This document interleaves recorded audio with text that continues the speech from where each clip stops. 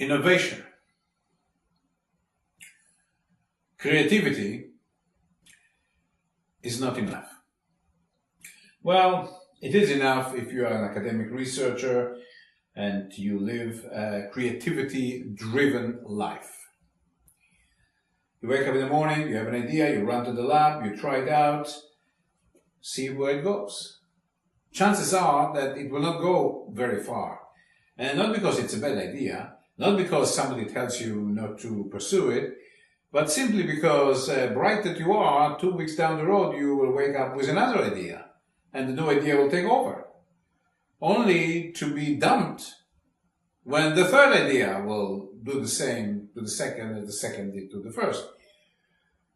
But many of us live in such an environment, and I don't want to discount it, because some of the great, totally unexpected innovations came about from this kind of creativity-driven science, creativity-driven life for some of us.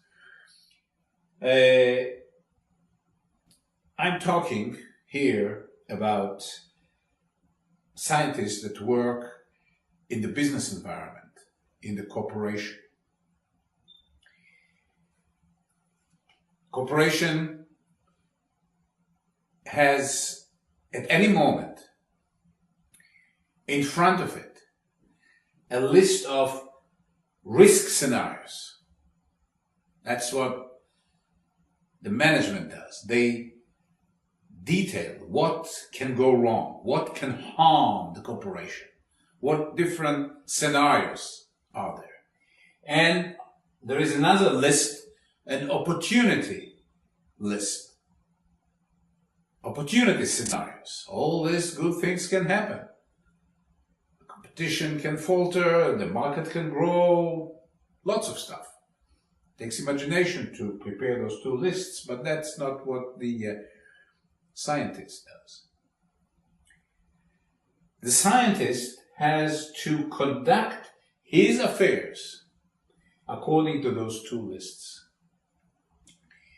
My name is Gideon Samid, and I run a small engineering firm that, as far as I know, is the only one that is dedicated to a quantitative appraisal of innovation and treating the entire process of innovation according to the general theory of innovation, which says that alongside the creativity, the success of innovation, the innovation productivity target or goal can be achieved only when you practice a very rational, very well calculated resource allocation.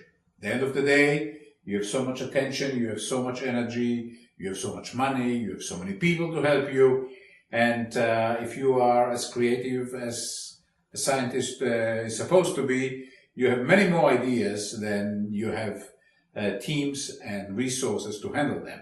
And so the question of resource allocation is front and center, at par with the creativity, at par. Now, these are the two lists, and you have finite resources. And the question of resource allocation is what we are talking about in this video. In a moment, you will not be burdened with looking at my face talking. There will be a series of slides.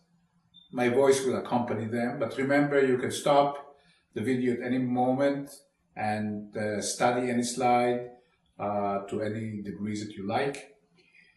And hopefully you will get this first lesson of the type of activity, consulting and teaching that we do in D&G Sciences. If you like this first one, talk to us about some more. See you, and thank you.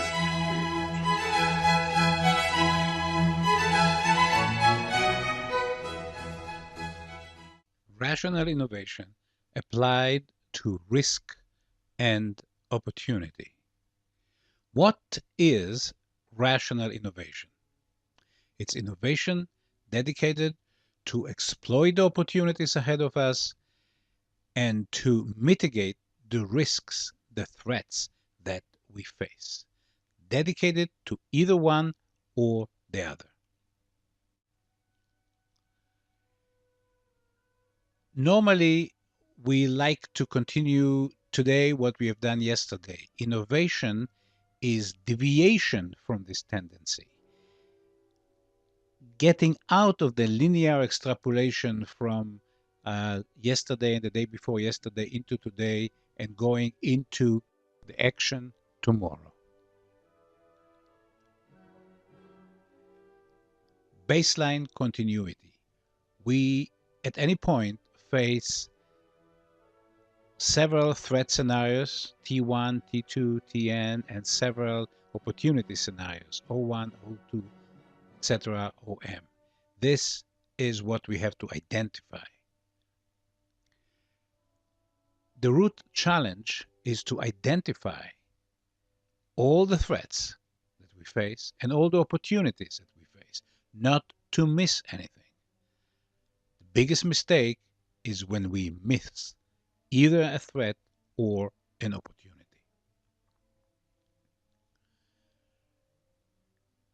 What do we do with the threats? We estimate the damage if it happens. We estimate the probability for the threat to happen. We multiply the two and we get the measure of the threat. Do it for each threat. What do we do with opportunities? We take any opportunity that we identify, estimate the reward dollar-wise that we will get from it if it happens, estimate the probability for it to happen, multiply the two, and that is the measure of the opportunity. What we do now is critical. We co-rank order the threats and opportunities from the highest measure to the lowest measure, and we allocate our managerial attention in proportion to those threats or opportunities.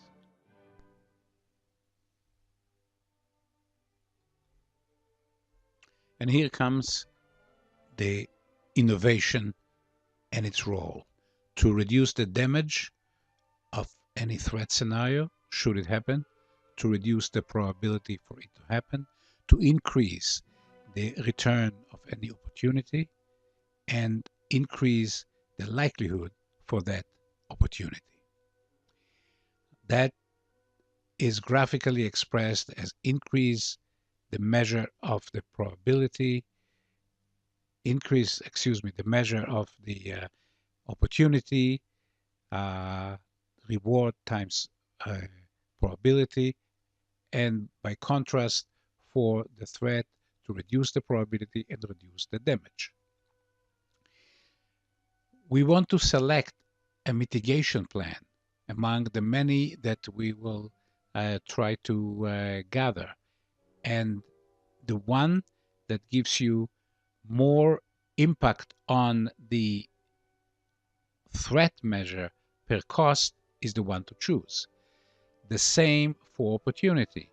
The exploitation plan that will increase the measure of the opportunity relative to the cost is the one to choose among the many choices that we will consider. That's the criteria. Impact per cost. Now we add simply the cost of all the plans that we selected, the mitigation and the exploitation, and we get a figure. If we have the money that it requires, that's the strategy. Go for it. Otherwise, we have to have some regression procedure applied. Regression procedure has the option of eliminating some or disregarding some small risks and small opportunities, or opt for cheaper exploitation or mitigation plans that will give us less impact but will be within the affordability limit. The time passes, and whether it was a year or 3 years reference time, the threats, some of them happen, some not. The same we can say about opportunities. And from this feedback of what happened and what did not, we should learn how to improve for the next cycle, both from opportunities that we thought will happen and did not, and from threats that we thought that will happen and eventually did not. It's important to analyze what we have estimated compared to what actually happened. The most important feedback is the imagination feedback. Did we really spot all the threats, or is what happened something that we didn't spot? Did we spot all the opportunities, or is something in the measure of opportunity that we didn't spot and actually happened? Probability feedback. Every time that something that we estimated that will happen in more than 50% and it didn't, it's a minus point, contrary plus point, and the same for things that did not happen. If the estimate was less than 50%, it's a plus point, otherwise it's a minus point.